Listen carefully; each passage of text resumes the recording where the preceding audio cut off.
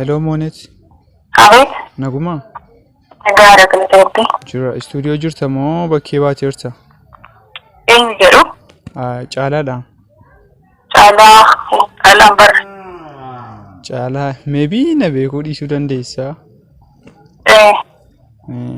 Alleen gadda tekstoo isii godheen turre Moon.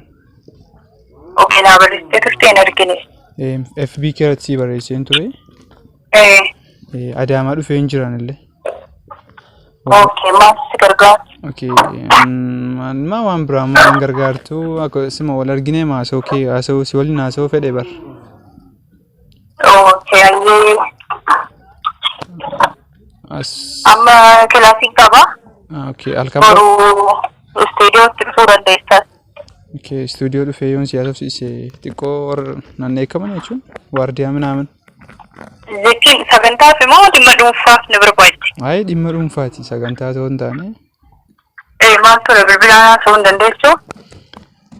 Ayi bilbilaan yeroo dheeraa fudhata jechuun tuqaamaan wal agarree haasofni natti tola kaamooniti. Dhiifama hin danda'aani kanaaf. Okay, bilbilaan immoo yeroo biraa si bilbila yookaan amma moo sitti haasa'uu hin danda'a yoo? Amma kilaasii deemuufani. Okay, amma si haasofsiisuu hin danda'a? Daqiiqaa. Okay, amma deemuuf aanan ariifachaa jiruufi. Okay, konkolaataan. Naa bilbiluu dandeesseera bro. Daandii kamirra deemaa jechuun konkolaataan dhufee si fuudhee si geessuu hin danda'amu onneti. Lakki rakkoon qabu galatoome. Yooma kamsii bilbiluuree moneti? Okay, bilbiluu dandeessa burus bilbiltanii itti himuu dandeessa. Jechuun waan ansi yoon yaaduma isaa sii kaasuu fedhe garuu. Okay, amma nan jarjara dhiifa. Normally bakka jiranii ani hawaasaadhaan dhufe. Bilbila gurraratti nama cufuun illee mooneti maan lafa kiiloomeetira meeqaan deemee siif ta'e dhufe bara. Indee waan bittaas tun beeku lammas immoo namaan beeku miti si beeku akkamittiin nama tokko taasisuu dandeessa waan asoo barbaadde immoo bilbilaan haasa'uu dandeessa. Jechuun maal mooneti koo anaafati koo afaan tokko dubbanna ijoollee Oromooni ani mola hawaasaan jiraadha kiiloomeetira meeqa. Konkolaataa fudhee dhufee Adaamaan jira amma si arginu si face to face tun si janaasee natti toleeti malee waan biraan miti. Dhiifama ijoollee Oromoo miliyoonaan meeqatu jira ijoollee Oromoo waan taateef immoo laasofsiisuun qabdu. Waan rakkatti yoo jiraate natti himuu dandeessaa. No waan rakkate bakka sitti himuu hin danda'an bilbilaan sitti himuu hin danda'a garuu more utuu face to face yaasofne natti toleeti bara. Dhiifama si arguu hin danda'udha amma kaadhima kiyya afaan hin jira. Waan dubbachuu barbaadde immoo isaan dubbachuu dandeessa. Okay, kaadhima qabda moo?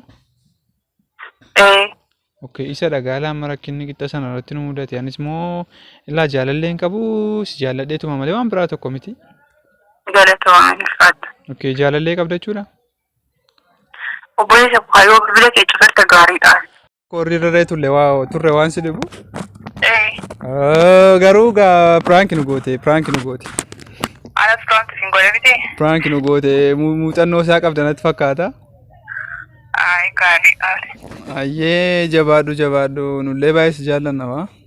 Ayyee guddaa galatooma. Ayyee hojiin kee nutti tola baay'ee jabaadhu. Ayyee ulfaadha. Ayyee dhaamsa qabdu yoo qabaatte asumaan dabarfachuu dandeessa. Dhaamsan qabu jabaadha. Dhaamsan qabu heerumteetta yoo jaarsan bafaan barbaaddate asiin dhaammachuu hin dandeessa. Ulfaadha galatooma. Tole bakkaashi. Guyyaa gaarii. Ayyee.